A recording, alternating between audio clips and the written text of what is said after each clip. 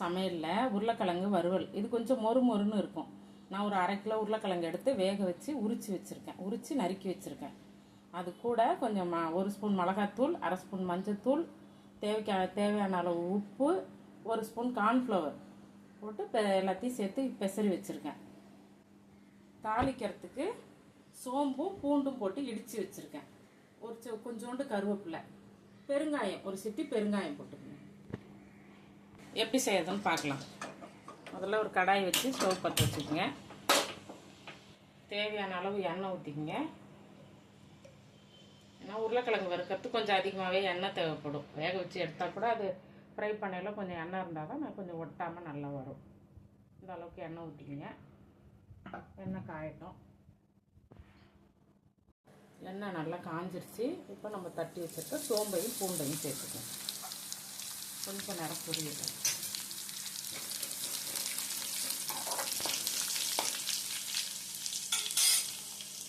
அதுக்கப்புறம் கொஞ்சம் பெருங்காயம் எடுத்து வச்சுட்டு அதில் சும்மா உருளைக்கிழங்கு அப்படிங்கிறதுக்காக தான். பெருங்காயம் உங்களுக்கு ஆப்ஷன் தான், வேணுன்னா போட்டுக்கலாம், வேணாட்டி விட்டுக்கலாம். கொஞ்சம் கருவேப்பிலை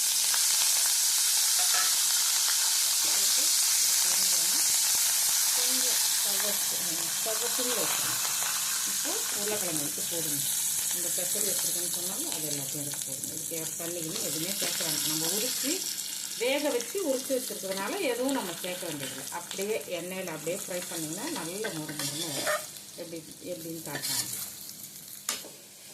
இந்த மாதிரி நல்லா ஒரு நல்லா கிண்டி ஒரு 5 நிமிஷம் ஒரு தட்டு போட்டு மூடி வைங்க. மூடி வச்சு கிண்டி விட்டுக்கிட்டே இருக்கணும்.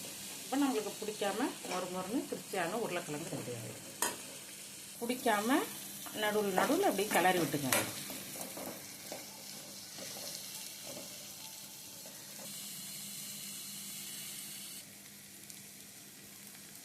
நல்லா உருளைக்கிழங்கு நல்லா வறுத்து மொறுன்னு ஆயிடுச்சு. இந்த ஸ்டேஜில் கொஞ்சோண்டு கொத்தமல்லி தூள் போட்டு ஒரு கிண்டி இறக்கி விட்டுருங்க. நம்ம சுவையில் உருளைக்கிழங்கு வறுவல் ரெடி ஆயிடுச்சு. இந்த அளவுக்கு கிண்டுங்க. உங்களுக்கு இடையில நிறைய எண்ணெய் வேணும் அப்படின்னா கொஞ்சம் ஊற்றிக்கங்க. தேவைப்படுறவங்க எண்ணெய் ஊற்றிக்கங்க. எப்படி இருக்குன்னு செஞ்சு சாப்பிட்டு பார்த்துட்டு எனக்கு கமெண்ட் பண்ணுங்கள்.